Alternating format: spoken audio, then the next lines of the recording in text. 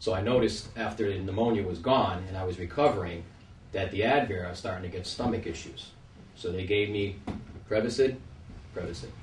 So I'm taking the Prevacid, I'm taking the Advair, and I'm taking the Arbuterol. Now I'm still using the Arbuterol 2 to 3 times a day, even with the Advair. So I'm like, nothing's working here. Something's wrong. So eventually I got better, and I was pretty much just living on the Advair and the Arbuterol. So I was searching the web, looking for different things, and finally, a few years later, I came across Buteyko Center USA, and I couldn't believe they were right here because I live in Connecticut, 3 hours away, and I said, this is great. It's really, really convenient. So I called Thomas, and I was pretty frustrated, and I talked to him, and same thing. I says, can you help me with my asthma? And he says, well, I can cure your asthma if you do what I tell you you're supposed to do. So I was all excited. So we were going to do a Skype session, and then I said, well, I want to go there because I was very skeptical, very, very skeptical. I was like, everybody has a pill or a potion or a book or whatever, and I want to make sure this thing is going to work.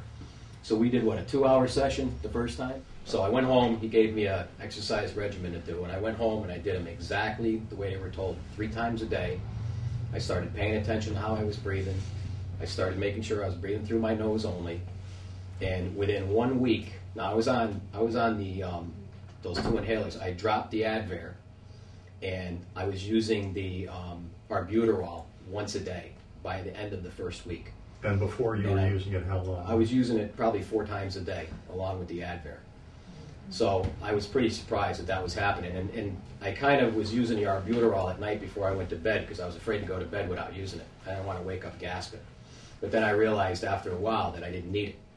So after 2 weeks, I was off everything. I could go through the entire day with nothing.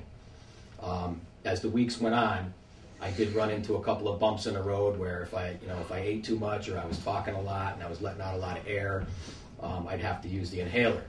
But generally, I can say right now I haven't touched it in 3 months. And I'm out shoveling snow in the cold air. I was cutting the grass in the summertime. I got a push mower that's not self-propelled. The dust is blowing everywhere, and I've got no asthma attack. And it's just totally fascinating that it happened. But I'm very strict, and I did everything I was supposed to do, and my numbers increased. My control pause was like 0. It was 0. The highest it's ever been has been 40, and it averages around 30 to 35 now, which is amazing to me. I never thought I could pause my breath that long.